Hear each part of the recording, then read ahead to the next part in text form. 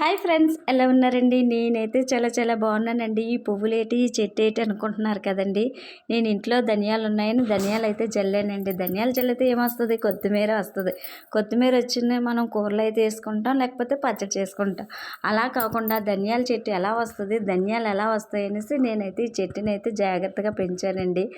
చూడండి, పువ్వులు వచ్చాయి, చాలా క్యూట్గా ఉన్నాయి. పువ్వులు అయిన తర్వాత మనకి ధనియాలు, ఎప్పుడైనా ధనియాలుగా చూశాను కానీ ఇలా పచ్చగా ఏ రోజైతే చూడలేదండి. అది కూడా దూరంగా చూసాను, దగ్గరగా చూడలేదండి. పువ్వులు కాయలు ఎంత క్యూట్గా ఉన్నాయి. ఇలా మీరు ట్రై చేయండి.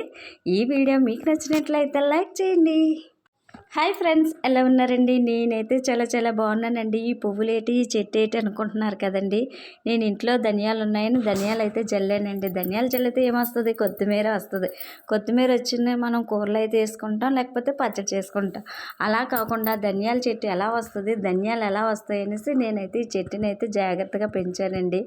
చూడండి, పువ్వులు వచ్చాయి, చాలా క్యూట్గా ఉన్నాయి. పువ్వులు అయిన తర్వాత మనకి ధనియాలు, ఎప్పుడైనా ధనియాలుగా చూశాను కానీ ఇలా పచ్చగా ఏ రోజైతే చూడలేదండి. అది కూడా దూరంగా చూసాను, దగ్గరగా చూడలేదండి. పువ్వులు కాయలు ఎంత క్యూట్గా ఉన్నాయి. ఇలా మీరు ట్రై చేయండి. ఈ వీడియో మీకు నచ్చినట్లయితే లైక్ చేయండి.